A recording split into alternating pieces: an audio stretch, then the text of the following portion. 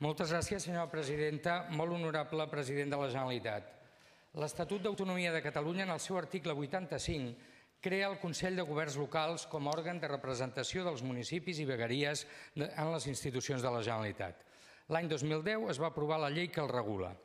Voldria saber, senyor president, quina és la seva opinió sobre el fet que el Consell de Governs Locals porti inactiu més de 2 anys i que no s'hagi renovat des de les darreres eleccions municipals, de les que ja fa més d'1 any.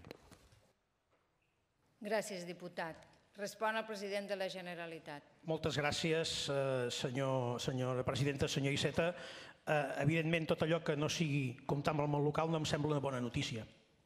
No li justificaré el per què porti 2 anys sense convocar-se o per què en el que portem ara ja 6 mesos de legislatura no hem tingut l'oportunitat de poder-ho posar en marxa. Sí que li diré tanmateix que això no ha estat cap obstacle perquè aquest govern, de manera molt emfàtica, hagi expressat la seva solidaritat i la seva, diguem-ne, disposició al món local, com crec que molts alcaldes i alcaldesses d'aquest país ja ho han començat a notar.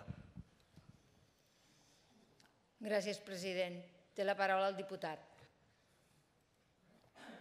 Gràcies, senyora presidenta. Senyor president, jo li he fet aquesta pregunta amb un doble objectiu. El primer és obvi, subratllar el compromís del meu grup amb el món local, però el segon és per posar de relleu que de vegades des del govern es desatenen els mecanismes institucionals en benefici d'altres instruments, diguem-ne, més informals, potser pensats com a elements de política d'aparador, més que no pas com a marcs sòlids de treball rigorós.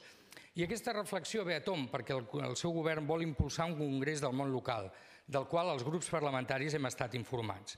Aquest congrés pot ser una bona iniciativa en la mesura que doni un protagonisme real als municipis i les entitats municipalistes i serveixi per fer avançar l'agenda local. Però en cap cas la celebració d'aquest congrés no pot substituir el funcionament regular de les institucions creades per l'Estatut. És per això que l'emplacem a impulsar de manera immediata la renovació del Consell de Governs Locals i també a enfortir l'agenda local del seu govern.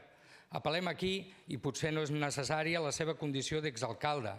I és des d'aquesta condició que coincidirà de ben segur amb nosaltres sobre la necessitat d'agilitar el reconeixement i el pagament de deutes del govern amb els ens locals, d'activar els mecanismes de cooperació local, de foment de l'ocupació i l'activitat econòmica a nivell local, de reactivar la llei de barris, d'incrementar els corresponents dotacions de cara al pressupost del 2017 i de comprometre terminis breus per l'aprovació de la llei dels governs locals i de la llei de finances locals de Catalunya, com ha aprovat el ple del Parlament a partir d'una moció presentada pel grup socialista. De la seva primera resposta dedueixo, president, que podem comptar amb el seu compromís per la renovació del Consell de Governs Locals i que seguirem treballant plegats per fer dels ajuntaments el que realment han estat, no només la darrera línia de defensa, sinó el primer motor de la reactivació econòmica i la reducció de les desigualtats en el nostre país.